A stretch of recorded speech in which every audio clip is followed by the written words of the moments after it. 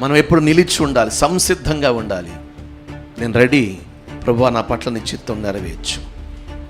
మనం ఇదిగో నిలబడి ఉంటే మన పట్ల ఆయన సంపూర్ణమైన ప్రణాళికను ఆయన నెరవేరుస్తాడు. కానీ అపవాది, శత్రువు చేసే పని ఏంటంటే మనల్ని పడగొడుతూ ఉంటాడు. అవకాశం ఎక్కడ దొరికితే అక్కడ మనల్ని పడగొడుతూ ఉంటాడు.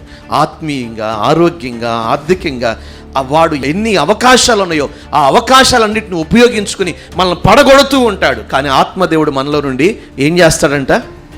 మనల్ని లేవనెత్తుతూ ఉంటాడు. హల్లెలూయా. జీవిత పయనంలో జరిగేదే ఇది.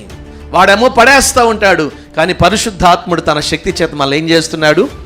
లేవనెత్తుతూనే ఉన్నాడు. అందుకునే అంటున్నాడు ఏమనంటే, నీవు శక్తిని పొందుకుంటే దైవ సంకల్పం మనందరి పట్ల నెరవేర్చబడుతుంది. ఎప్పుడు పొందుకుంటాం? ఆత్మదేవునికి ఆహ్వానం పలికినప్పుడు, మన హృదయంలో మనం చోటు ఇచ్చినప్పుడు ఆయన వస్తాడు. ఆయన చేసే మొదటి కార్యం మనల్ని తిరిగి పైకి లేవనెత్తుతాడు. పైకి నవ్వుతూ ఉంటారు, కానీ హృదయంలో ఎన్నో బాధలు ఉంటాయి. నా యజమాని మారలేదు, నిజమే, నా భార్య ఆరోగ్యం సరిగ్గా లేదు, ఇంట్లో చాలా సమస్యలు ఉన్నాయి, ఆర్థికంగా కృంగిపోయి ఉన్నాం, చాలా ఇరుకైన పరిస్థితులు. పైకి వాటన్నిటినీ ఇదిగో కప్పిపెట్టుకొని పైకి మాత్రం నవ్వుతూ ఉంటారు, హృదయంలో కప్పిపెట్టుకొని.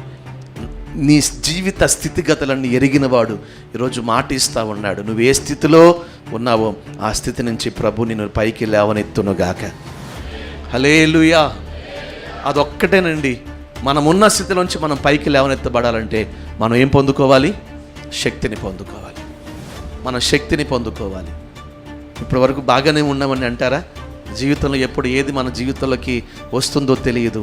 ఏది ఎదురొచ్చినా, ఏది మన జీవితంలో అనుమతించబడినా అప్పుడు మనం నిలిచి ఉండాలంటే పరిశుద్ధాత్మ శక్తిని మనం పొందుకొని ఉండాలి. అటువంటి కృప ఈ దినం అడుగుపెట్టిన వారందరికీ నా ప్రభు దయచేయునుగాక.